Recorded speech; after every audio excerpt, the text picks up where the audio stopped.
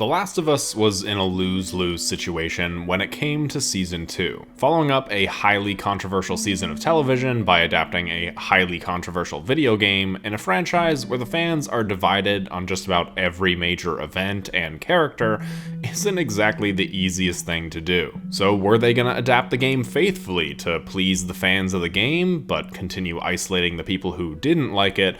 Or were they gonna change things up a bit and try and please the people who didn't like the game and alienate the people who did? Or were they not gonna do any of that and cater towards the show-only fans?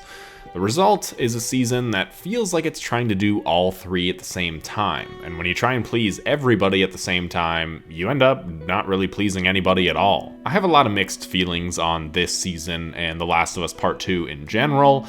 I've defended this story quite a bit in my videos, explaining how when I first played it, I just could not get into it. The game was a miserable experience. It was not the type of game that you look forward to playing at the end of a hard day of school or work.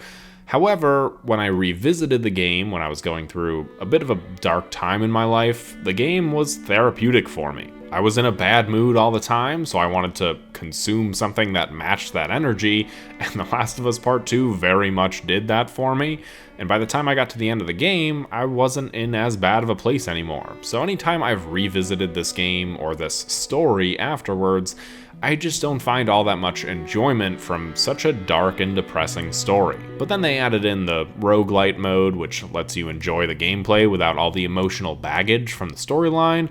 Smart move, honestly. But it seems like the showrunners were aware of this and tried to lighten this very dark story up by quite a bit in some of the strangest ways imaginable. So going into Season 2, I knew there were going to be changes, I knew people were going to be upset at each and every aspect of the story, but truthfully, I wasn't sure how I was going to feel about it. There are a lot of very real issues with The Last of Us Part 2, issues that aren't I don't like that Joel died or how Joel died, so this game sucks.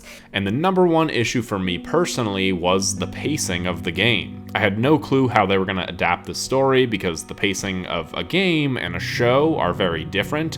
Yet in the show, it was like they were determined to be at least a little faithful to the structure of the game and keep that pacing. So grab your flamethrowers, your golf clubs, and let's swing our way into The Last of Us Season 2.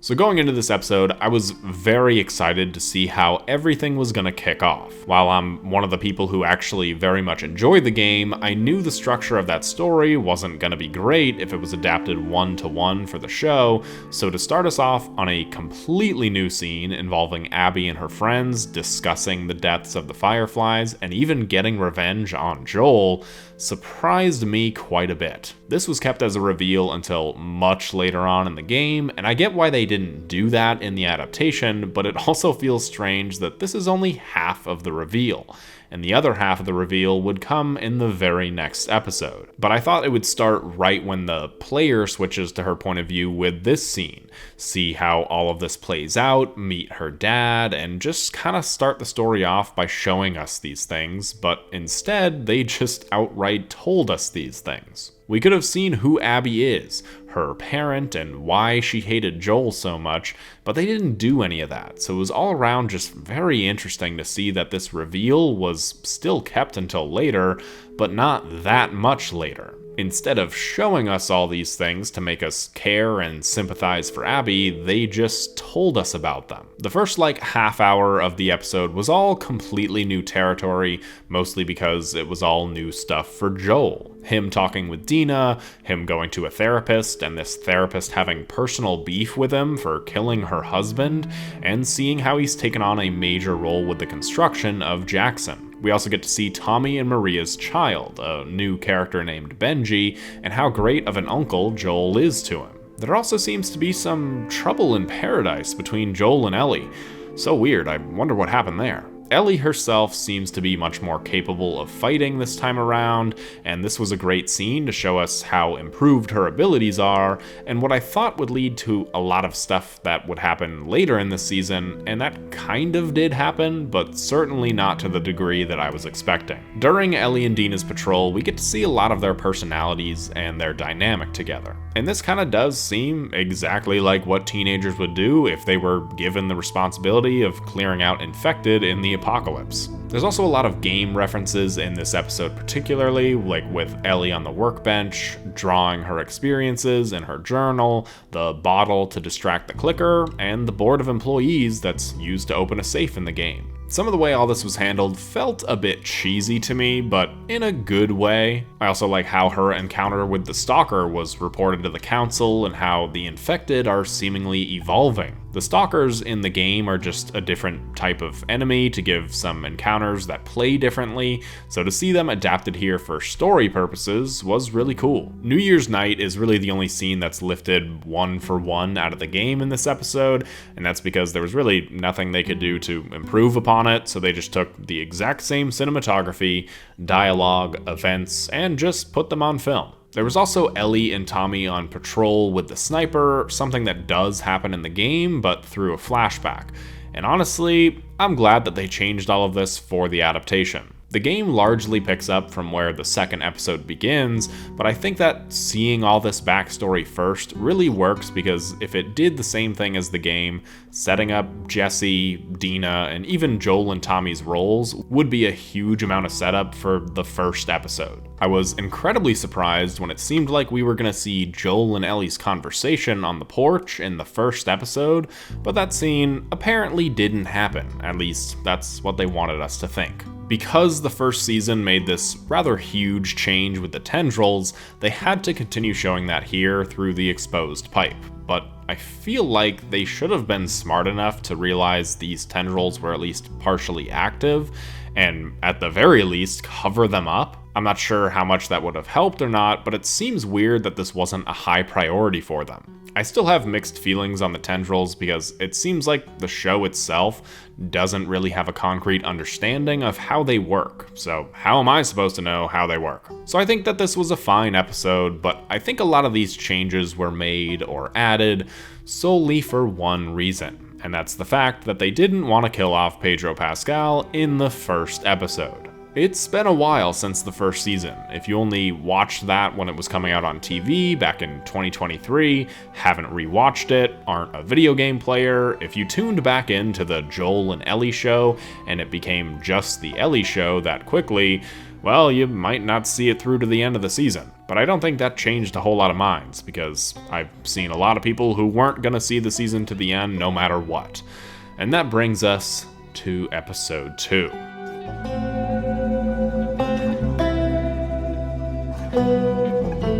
So me and everybody else knew going into this that this would be the big episode. Narratively, it just made sense. All the critics were hyping up this episode specifically, and I was looking forward to it. Not even dreading it, I was just excited to see how it was going to be done. There's the Ellie and Jesse conversation lifted right from the game, but then they continue on, and Ellie says that, oh, she's actually made up with Joel already. Which is weird because we didn't see that, and we aren't supposed to know that or feel that by this point in the story. The season does this a lot. We get scenes from the game, but then they continue onward and overly explain or overwhelm us with exposition to the point where the nuance of a lot of these characters and scenes and themes becomes a bit in your face. And I'll get more into that with the next episode. But right away, there's a sense of dread and doom over this episode. There's a storm coming, we see Abby and her people talk about Joel and their mission, and maybe it's because I knew it was coming, but the tone of this episode very much feels like the stakes are raised, and they absolutely are. Abby being the one that upsets the Horde adds an additional reason for people to not like her, and I was very surprised by this choice because with the changes already made, it seemed like they were trying to get us to sympathize with her a bit more, but having her be the reason the attack on Jackson happens, I don't know, just doesn't really strike me as a way to get more people to like her. But she runs away from this absurdly massive Horde, and of course, runs into Joel. Now in the game, these things play out rather similarly. We're in Abby's point of view, we see her reaction to hearing the name Joel, but we don't know why that's a big deal. In the show, we know why it's a big deal, and I actually think that this is a nice change. It was always extremely coincidental that she just so happens to run into Joel, the person that she's there for, and it still feels that way, but storytelling is built on tons of coincidences, so I've never really had a huge issue with this portion of the story like a lot of other people do. Joel wondering if they should go right back to Jackson is such a twist of the knife moment, because if he had, he probably would have survived. But the biggest change to the story here is that Joel is out with Dina, not Tommy, and I for one am not a big fan of this change. It feels very weird that we didn't get Ellie and Dina's scene together in Eugene's farm. Yes, we got some scenes of them in the first episode, but that moment in the game very much felt like it was one last happy moment for both of them before their lives changed forever. It was like seeing how their relationship could have played out had it not been for the events of this day. Instead, Ellie was here with Jesse, where they also talked again about Joel and Eugene, something to keep the game fans around because this is new territory. And Dina being with Joel, I felt like it kinda lessened the impact of his death. I thought this change was here so that way we could see Ellie's reaction to it, but Ellie doesn't even glance over to Dina or seem to care about her being there at all. It really didn't help build out their relationship. Dina could have been dead on the floor for all she knew, and she wasn't even brought up in the show. But I think if Tommy was with Joel and this attack on Jackson happened, they would have immediately gone back to Jackson, not caring or listening to Abby's suggestion. So with Dina being an icicle by this point, it does make sense for Joel to return with Abby. So there's a list of pros and cons with this change, but I ultimately think the cons outweigh the pros. I can see the argument as to why it was a good change, I just don't agree. But now for the big event of the episode, the one we were all waiting for, the attack on Jackson. This battle is one of the greatest zombie battles ever put to screen. Even in the bigger zombie battles in The Walking Dead, there was never anything even close to this good, mainly because The Walking Dead never had the budget to do something like this, but this battle has so many different layers to it. It's like The Long Night, but done correctly. They have little wins here and there with the explosive barrels, the flamethrower, the dogs coming out, and all these little moments we go, hell yeah, and it balances out everything else going terribly wrong. With all that being said, what was the point of this battle? Is it just to show us some cool-ass zombie battle? Then you know what? That's fine, and I'm not going to complain about it. We all asked for more infected, and we got it with this season. Kind of. In the bigger moments we did. But I thought one of three things was going to happen with this battle. Number one, make us think that Tommy is going to die, but then they overcome the horde, have a sort of bittersweet victory moment. Number two, Maria was gonna die, or number three, their son was gonna die. They more or less went with option number one, even though the bittersweet victory moment was shown after Joel's death. I thought that they would show this, make the audience think, oh, thank God, everything is alright, Tommy survived, woohoo, and then cut to Joel's death. But it seemed like they cut away during the battle, and even while everything was going on with Joel, I was wondering about the battle because it didn't seem like it was over when it cut away. But I really thought that Tommy and Maria's son was gonna die here. I didn't know how the season was gonna play out now that Tommy had a son, but losing his brother and his son on the same day would surely drive Tommy to the edge, an edge that he never really gets driven to in this season like he did in the game. Alright, let's talk about it.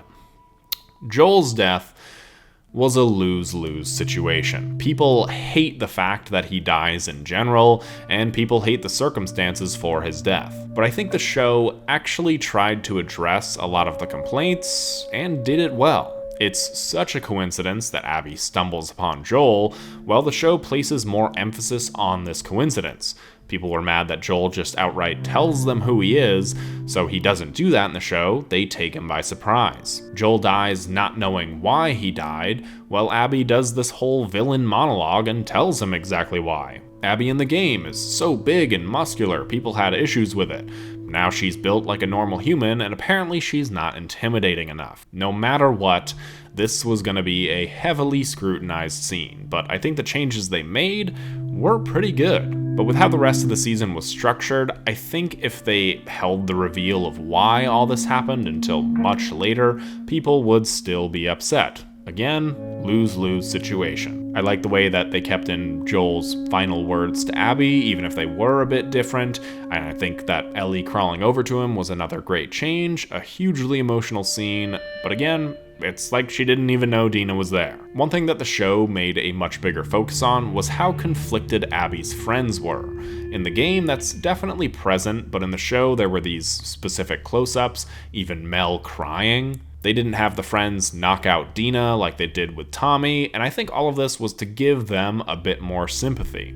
I also like the change of only keeping the core characters from Abby's storyline in the show. In the game, there's much more people here. Ellie kills one of them right off the bat in Seattle, but then when they're on Tommy's trail, they talk about another guy that was there, and I was like, what? He was? Who is this guy? So I think streamlining these people and just keeping the core characters was overall another good change. Seeing Joel's body being dragged back while Ashley Johnson's song played in the background was all around tragic. Joel died in the game thinking that his brother and daughter were going to die. In the show, Joel dies thinking that everybody at Jackson and his daughter were going to die. At least they told him that Dina would be okay, though. So while I was a bit skeptical about the changes made to this season, I was all around pretty on board with them. I could see why things were changed, even if I personally didn't like it. But then we got to episode 3. This was the first episode in the show that I actually had problems with. Season 1, there were some changes that I didn't like, but again, I could see why they did them. Same with the first 2 episodes of this season, but that all changed with episode 3. This was the episode where I really started to notice a lot of the additions to the narrative and how they really weren't all that needed. And I'm not talking about furthering the story of this world and the characters, but sometimes things would just be overly explained to the point that the message wasn't even remotely nuanced, and it was like the characters were looking at you through the screen and screaming the message to your face. Right off the bat, seeing this 3 months later time jump, I didn't like it at all. We got this one little scene of Ellie's trauma and Tommy saying goodbye to Joel, both very sad and well acted, but not even seeing the immediate aftermath of the battle, how this town was really affected, how Tommy initially reacted to seeing Joel. All of this were all huge missteps. The audience didn't really get to sit with this moment and really take in Joel's death and how it immediately impacted everybody. We just skip right on past all that. Yes, Pedro's name isn't in the credits anymore and the colors changed, but changing the intro is not enough. The tone is vastly different to how it was in the game. Like I said in the intro, the game is a pretty miserable experience, so I understand the changes, but it really just doesn't seem like his death had the emotional impact that it should. I'm also going to point out right now, because I don't know where else to point it out, but the season doesn't even use the music from the second game, or it uses it very sparingly, and I think the music difference from the first and second games makes a huge impact on the tone of these stories, so to hear the music from the first season and the first game being used primarily just altogether doesn't sit right with me. Maybe that's a nitpick, but this is my video, so I'm mentioning it. When we first see Ellie, she's just up and telling jokes like nothing happened. And yes, I understand that this was all an act in front of Gail. Gail even mentions this to Tommy. We see that she's actually upset when she walks through Joel's house, and if it were just this one occasion, I wouldn't have written about it. But it's not just this one occasion, it happens the rest of the season. That joking and happy-go-lucky Ellie is supposed to be gone now. The rest of the game is dark and depressing, but I can't say the same for this season. So the council decides on whether to go after Abby and her friends, because Tommy apparently is just content with letting things go. And this is where we get some of the most overwritten dialogue and exposition I've ever seen. Everyone starts talking directly about revenge and redemption and the good and the bad and how seeking out revenge is a bad thing. All things that the game covers, but doesn't spell it out for you like it does here. Seth being the one to stand on Ellie's side and arm her and help her escape can be looked at a few different ways. One of them is, wow, he's changing and really helping Ellie because he's wronged her in the past. Great character development. Or it can be looked at like this. If you're sharing the same opinions as this guy, you're probably not on the correct side of things. Personally, I would have said that they were going with the later view of things, that he's sort of the devil on her shoulder, encouraging her to do these things, but the rest of the journey just doesn't really support this, or at least I didn't really feel like it did, so maybe it was just a moment of character development for him. Now, with all that being said, I actually like seeing this Lord of the Rings-esque travel montage. In the game, they kind of just show up there outside of Seattle, but this shows us how much traveling and effort it took to get there and follow through with this mission. But this was also especially needed to build up Ellie and Dina's relationship, because outside of the stuff in the first episode, it hasn't been built up enough. So all of this stuff feels a bit out of order, because Ellie shouldn't be acting like this. It feels like the priorities of the story aren't where they're supposed to be at all. Joel died, and now they're arguing about what rating their kiss was. Like, come on, what are we doing here? Ending the episode on the reveal of the WLF being this big organization is fine for the show-only viewers, but it's not a surprise whatsoever to game players, so it made the ending feel a little lackluster. This was the first episode of the show that I felt disappointed in. I was hoping it was just a fluke, but that wasn't the case at all.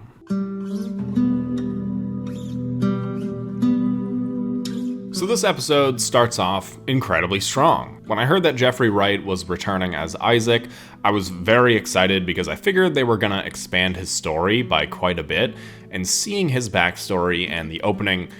Wait, is that Josh Peck? Yeah, it is. That's a little weird, but I guess it's not Ed Sheeran weird, so I'll give it a pass. But this whole beginning sequence that was only hinted at in the game was, I think, the best scene of the season up to this point. I truly think that this show thrives when it's not adapting the game. Jeffrey Wright also outacts just about anybody he's on screen with, so his presence and bigger role in this story and season is a welcome change from the game. One of the few things I can wholeheartedly say the show does better is Isaac. But after this, we continue with the Ellie and Dina show, seeing one of the most iconic moments from the game with Ellie singing Take On Me. I don't really have any issues with the scene, if I'm being honest. Thought it was handled very well, but here's where we have to talk about Dina. Dina, while she's of course a big character in the game, she's not nearly as impactful as a character as she was in this season. Show Dina seems far superior to game Dina in everything but combat, and I think the writers did that on purpose. Not only is she the brains of the operation, but she's got so many more layers and backstory to her, and I also think that Isabella Merced is a great actress and really nails all the character additions they gave her. However, with all the additions, it's like she's 90% of the brains and motivation behind this whole journey. It seems like she's more upset about Joel's death, that she's the one who motivated them to keep going, and she kind of makes Ellie seem inferior, not just because she's smart, but because of the way she talks to her. Oh, you think that no matter what happens, I'm just gonna start firing? Literally every single time, yes. Also, this season feels very strange when it comes to costume and hair and makeup. Ellie looks like she's wearing her game outfits to a T, but it also looks like she just bought it off the rack at a store. Dina looks like she's ready to walk down a runway at any given moment. Her hair is flawless, and they never really look dirty or like they're in an apocalypse at all. I saw a lot of people saying that this feels like CW's The Last of Us, but I don't think that's true. I'm watching the 100 right now, and those kids always look filthy and disgusting, because they're in the post-apocalypse. So maybe if this was CW's The Last of Us, they'd look more accurate. So something that was always going to be a huge disconnect this season was Ellie and the viewer that has played the game. This was the same issue with Joel and the viewer that played the game in the first season. In the game, you have all the motivation in the world to go on a rampage throughout Seattle. When you kill the first guy who was there at Joel's death, you have this hell yeah feeling. In the show, even though there's been prior setup to Ellie getting stronger, I still don't believe that she'd be able to take on multiple members of the WLF, and she really doesn't. I think she kills like 5 or 6 people by the end of the season in total. Now, obviously, she was not going to have the kill count that she has in the game. Ellie wasn't gonna kill 376 people in this season, the same way Joel didn't kill 200 plus people in the first season. It was never gonna be like that, but I also just never believed that Ellie was capable in any situation she was seen in. Minus this one time that she jujitsus this guy to the ground, but every other time she was always outmatched, outsmarted, or saved by somebody else. It just doesn't install a lot of confidence in your main character when the writer makes her incompetent. The show also still just doesn't have enough infected in it. In a lot of other zombie stuff, and specifically The Walking Dead, they would all have these establishing shots with zombies in it. This show just doesn't do that. It saves the zombies for the big set-piece encounters, but this doesn't really seem like a world with infected in it. It seems like there's a lot of bad people, and then zombies in pockets of the world when the narrative calls for it. There's another big encounter in the subway in this episode. This is really great. It leads to Ellie getting bit and a confrontation between her and Dina about it, and I thought this conversation itself was very well done. The game does kind of just gloss over this reveal like it's nothing, because there's much more important stuff to deal with in that moment, but Dina was full on ready to kill Ellie if there was any sign of her being infected. But then we get what is probably the biggest change so far, that a lot of people absolutely hated, and that's the reveal that Dina's pregnant. I think I'm pregnant. What? I wasn't sure, okay? I didn't want to be a burden. Well, you're a burden now, aren't you? I'm pregnant.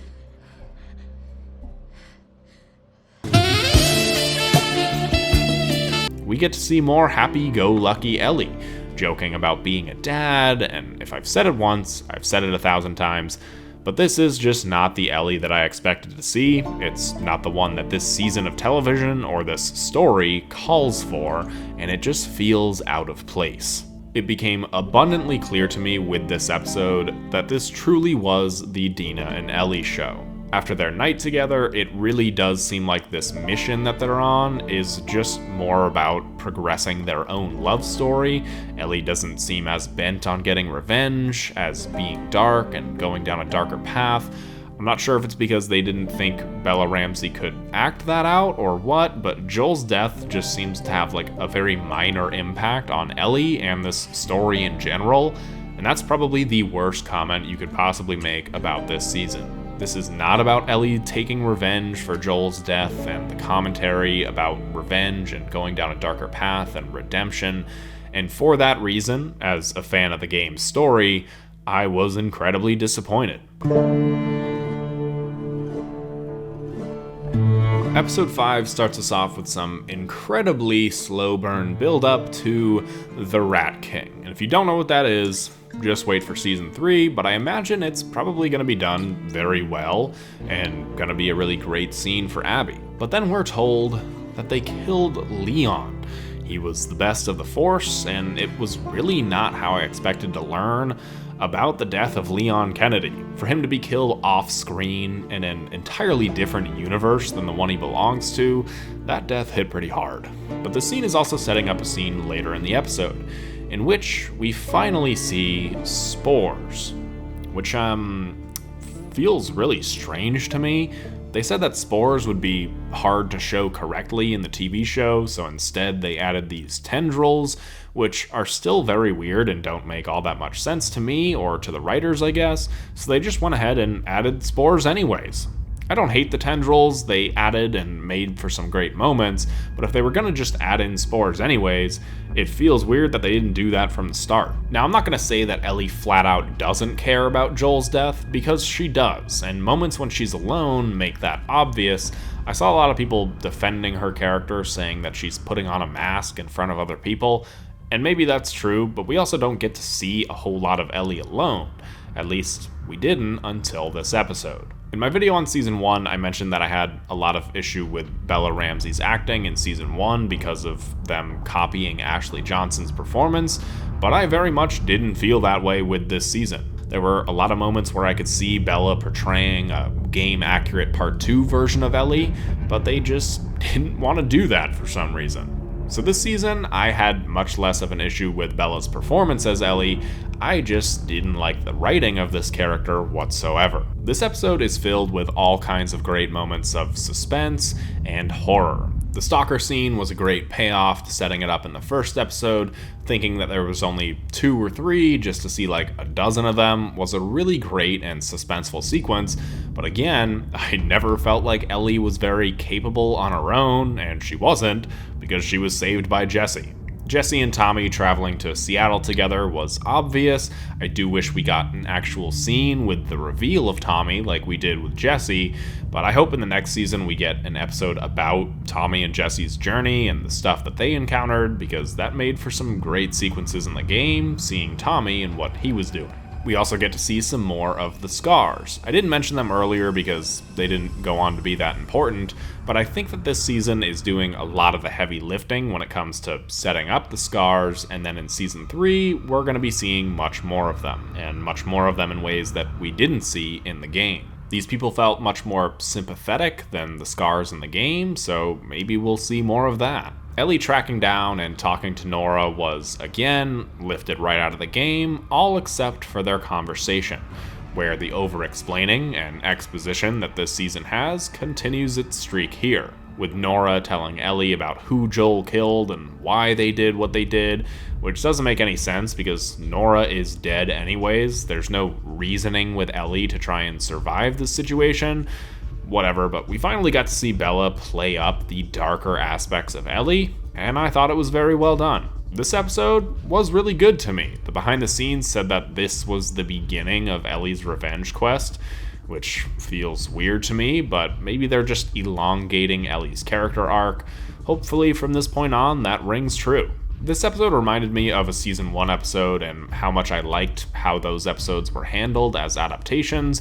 I would have loved some foreshadowing to Abby being in the hospital at the same time, but it's whatever. The pacing of the season feels a bit off. We're going into the penultimate episode of the season, and it feels like we still need at least 3 or 4 more episodes to tell everything correctly. Lo and behold, we definitely did. So for all the critics who saw the season early, they were praising 2 episodes in particular, episode 2 and episode 6. So I figured this episode would have all of Joel's flashbacks in one go. And this is very much Joel's episode, quite possibly Pedro's last episode ever in The Last of Us. Starting the episode off with a Joel and Tommy flashback, something that the fans have wanted for a long time, was a great way to start things off. Seeing their home life and Joel's tendency to both protect the ones he loves and lie for them just perfectly encapsulates everything about Joel. We then get to see more of Ellie over the years, and this Ellie still seems like the same Ellie as present-day Ellie. What made these flashbacks, especially the museum one, so special was not only seeing Joel again, but also how different Ellie was compared to her present-day counterpart. This Ellie still had the wonder of the world, was still laughing and joking around, and it felt like a night and day difference compared to the scenes in the present. But that's not how it feels in the show. The Future Days scene never fails to make me feel emotional, and I think its placement in the story here after Joel's death only makes it more emotional. Nice job, Pedro, singing this incredibly awkward version of Future Days. This episode is all about the progression and deterioration of Joel and Ellie's relationship and how it slowly dwindles over the years. There's a lot of additional scenes and material between these 2 characters, and this is the type of stuff that I wanted to see more of in the show. We get the 3 or 4 flashbacks in the game, but we get to see year after year how things slowly got worse between them and how much Ellie grows up and questions the things that Joel's told her. All in all, this episode just proves how much Joel is needed in the show. Pedro just nails Joel so well with all the additions to his character, and he does a great job. He has such a presence in the show in a way that no other character does, and he's missed in more ways than one in all the episodes without him. Eugene's death and Joel lying to Ellie again is another great addition. There was this sort of mystery surrounding Eugene and what happened to him since the first episode. There were a bunch of theories online about Eugene knowing Ellie was immune, he knew what happened at Salt Lake City, and so Joel had to take him out. And while I think all those theories were great, it really was just a simple case of getting bit, so Joel took him out. He promises Ellie that he'll take Eugene back to Gale so he can say goodbye, but ultimately doesn't and lies to Ellie. I also understand why Joel did this, but it's a tough situation. If he had taken Eugene back, what if he just turned while they were on the way? If his body was outside of Jackson, what does that mean to the tendrils? I don't know, and neither do you. But then going back to Jackson and seeing Joel lie to Gale about everything very easily once again shows Ellie how untrustworthy Joel actually is. Now, all of this happens in place of Ellie returning to Salt Lake City and finding out the truth for herself, and at first, I didn't like this change, but the more I've thought about it, I actually think it was a decent change. Even in the game, it seemed like she just ran away, like Salt Lake City was just outside of Jackson, but this was a trek. And this episode showed us that she knew the truth without having to actually travel there, and it just added a bit of nuance that, ironically, the rest of the season lacks. But then there's the big controversial scene. Not that the scene itself is controversial, just its placement in the story, and that's of course the porch scene. Now earlier in the season, when she seemingly walked past him and then told Jesse they were all right, it made things a little weird, because we didn't know if this scene did or didn't happen, and having it be in this season actually makes that slight buildup make more sense. But now that we've seen this scene, it questions what's going to be done later on. For those that don't know, this is one of the final things we see in the game, and having already seen it, definitely makes things later on more of a question mark. But I guess we'll get there when we get there. Both Pedro and Bella absolutely nail this scene. The differences and the truth of everything coming out here, again, I thought was a nice change, and having Joel reverberate what his own father said to him about being a bit better when you have kids brings this episode full circle. It also kind of retroactively makes the I'm gonna be a dad scene a little less cringy, so I guess that's a plus too. So yeah, I can see why this episode and episode 2 were the big episodes that everybody talked about, and not any of the others. Speaking of which, let's talk about the finale.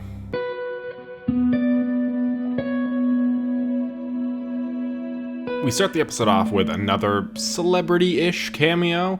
They're calling out for Jimmy K. How in the hell Jimmy Kimmel survived this long, I have no idea. But again, immediately there's more focus on Dina and how she's doing rather than what happened to Ellie and the stuff she's going through. Eventually they do get to Ellie, and she's having second thoughts about killing Nora and if she really deserved it. And this just does not feel like an earned moment to me whatsoever. In the game, this was really the first moment that you got to sit with Ellie and just breathe and really think about the things that she's doing. But in the show, she hasn't gone through any of the really tough trials and tribulations that she did in the game. They cut out her killing Jordan. She's only killed one member of the WLF up to this point, so her feeling bad about killing Nora doesn't really come across like she's gone through a lot and is thinking this mission over. It just seems like she feels bad for killing someone. Then she explains the whole story of Joel and what he did to Dina. And in the show, with Ellie feeling like this, I was like, okay, just go home then. You're clearly not capable of doing what you said you want to do, so just leave. And that's what I felt like was the most logical thing for this version of Ellie and what she would actually do. We do finally get another mention of Shimmer and how Ellie clearly doesn't give a shit about her, and at least Tommy and Jesse found her because it seems like they actually do care. I also want to take this time to say that the art department absolutely killed it this season. The sets look like the game come to life, and if I were just judging the art department, then this season gets a 10 out of 10. Too bad the writing let them down. Once again, Isaac's scene steals the episode. Abby being groomed, not to be Isaac's wife, but for leadership, is very interesting, and I think that's a change from the game, so I'm excited to see why that is and how it plays out. Jesse also had an increased role, particularly for this episode, which is great, but this very much felt like a Walking Dead episode where the person who died had a big role in the episode that they died in. For a second, I was thinking that maybe they'd switch up his death, because he was talking about how much he needs to survive and be a father. But also, every time I play the game, I also hope that Jesse doesn't die, so maybe it was just wishful thinking. So Ellie and Jesse go out looking for Tommy, and when they don't find him, they start butting heads. Ellie's whole speech to Jesse about how she's going after Abby, when she literally just talked about how she was conflicted about killing these people, I think perfectly encapsulates this season. They have no idea how to actually write Ellie and how she's feeling about anything at any proper moment. I thought they were looking for Tommy so that way they could all leave. Ellie and Dina's conversation very much ended on a, yeah, we can go home now note, but apparently that's just not the case for Ellie anymore. I just have no idea what Ellie's actual intentions or motivations are in this season. I don't know how she feels about anything, and it's not even like this was adapted from a book and you're missing the inner thoughts of the character. Ellie is just a supremely puzzling character in this season, and that all comes down to the bad writing. Ellie getting captured by the scars is interesting. In the behind the episode, they talked about how they wanted to do this in the game, so they revisited it here, and I already saw people say that this had no point, but her almost dying and then still going after Abby is the point. And if I believe that this version of Ellie was still hell-bent on killing all these people, then I'd think that this was a great scene. But ultimately, setting up everything with Isaac and the scars seems a little pointless. People 2 to 3 years from now aren't going to remember any of this stuff unless they cut back to scenes frequently, and even then it might be a bit of a stretch. I really feel like these seasons should have been filmed back to back, so that way next season could come out like early 2026, and even that's a bit of a stretch. Maybe they should have just reworked the pacing of the game, I don't know. But then we come across Owen and Mel, and I know I've complained about Ellie not being skilled enough to take on the WLF, but she did get a collateral kill here, which I can't even do in the game, so I guess I should just stop talking. But I also thought that this was a great scene, even with the changes it made from the game. Mel was a more sympathetic character in the show, so to see her become literal collateral damage was very heartbreaking, and this is definitely the point, even in the game, when Ellie realizes that she's gone too far, so I think show version of Ellie's reaction is appropriate here. We all kind of knew that the theater was going to be where the season would end, but it's also a bit of a cheap cliffhanger. Oh my god, did Ellie die?